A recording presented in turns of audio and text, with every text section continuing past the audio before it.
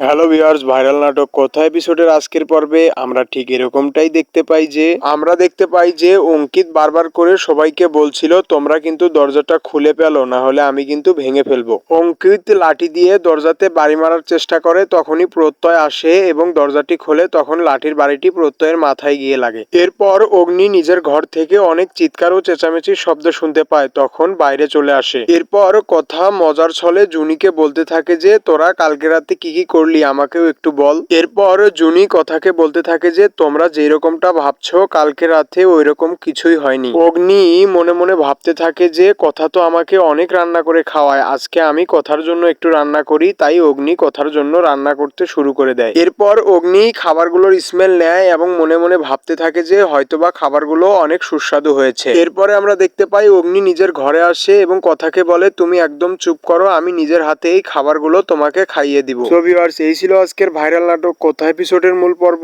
এই নাটকের নতুন নতুন পর্বগুলো পেতে আমাদের চ্যানেলটিকে অবশ্যই সাবস্ক্রাইব করে এবং একটি লাইক দিয়ে পাশে থাকবেন। ধন্যবাদ।